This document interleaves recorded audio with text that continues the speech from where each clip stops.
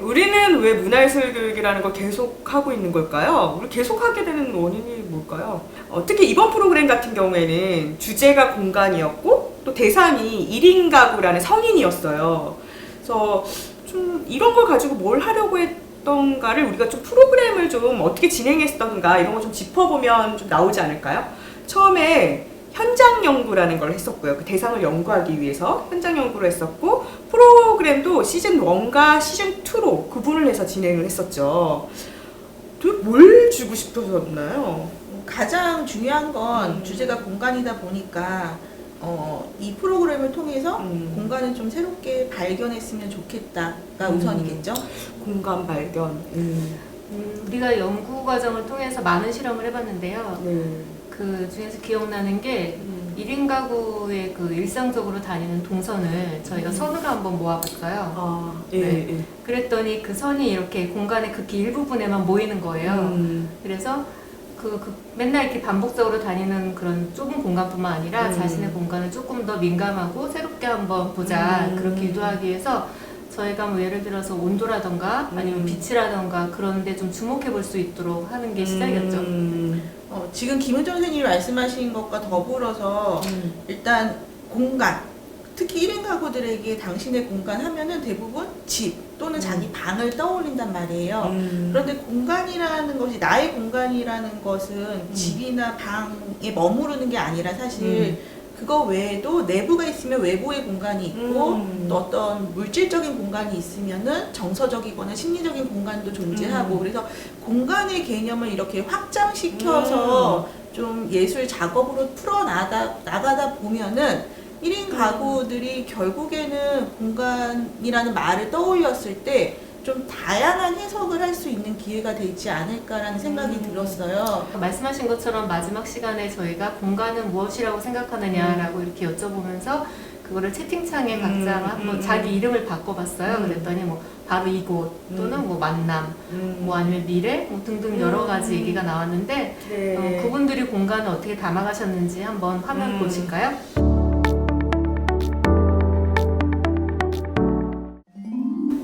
우리가 시각문화예술 교육이다 보니까 시각적으로 보여지는 거 이러다 보니까 아무래도 그 공간을 채울 수 있는 재료라든가 또 재료에 대한 부분도 굉장히 신경을 썼던 것 같아요.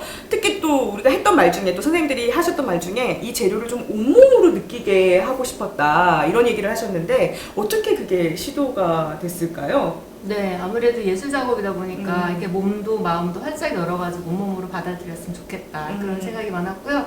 그래서 뭐 재료를 이렇게 손으로 만진다거나 아니면 이렇게 바닥에 눕는다거나 그런 활동을 많이 했던 것 같아요. 그래서 몸의 감각을 전부 다 깨워가지고 온몸으로 정말 온 몸의 감각을 이용해서 한번 해보자 이런 마음이었던 것 같습니다.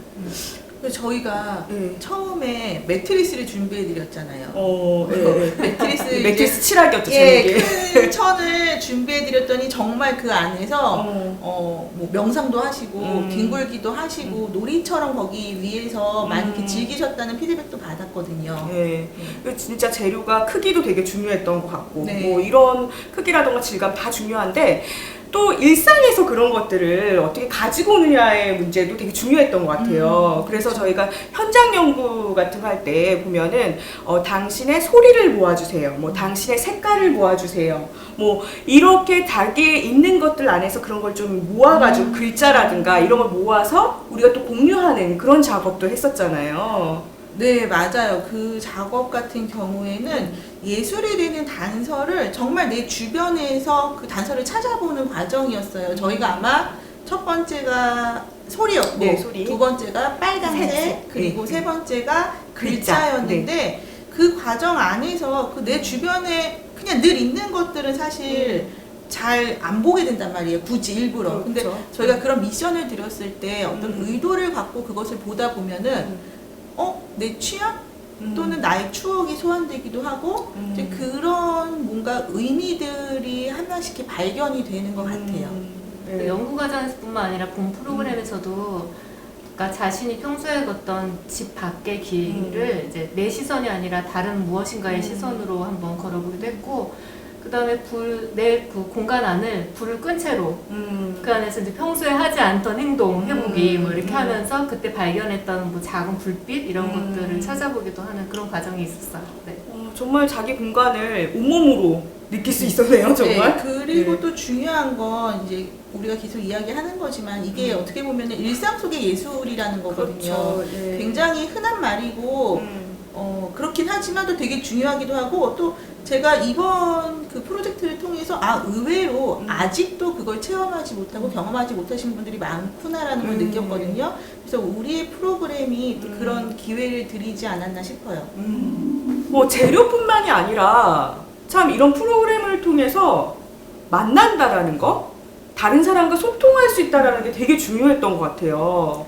네, 그 1인 가구들의 인터뷰를 통해서 들어봤을 때는 그 1인 가구들이 그 자신과 비슷한 환경 속에 있는 사람들과 한번 얘기를 하거나 뭐 어떤 이슈에 대해서 공유하거나 경험을 나눴으면 한다는 그런 피드백이 되게 많았어요. 그래서 저희가 그 작품을 이제 완성하고 작품의 결과물을 공유하는 자리에서 그냥 작품에 대한 얘기만 하시는 게 아니라 그냥 어떤 공통된 이슈가 자연스럽게 연결돼서 나오기도 했고, 또 그런 모습을 보면서 저희는 비대면 같은 경우에는 이제 그 저희가 빠진 채로, 강사들이 빠진 채로 소그룹으로 회의방을 만들어 가지고 조금 더 밀접하게 이제 얘기를 할 수 있는 그런 기회도 만들었던 것 같습니다. 네.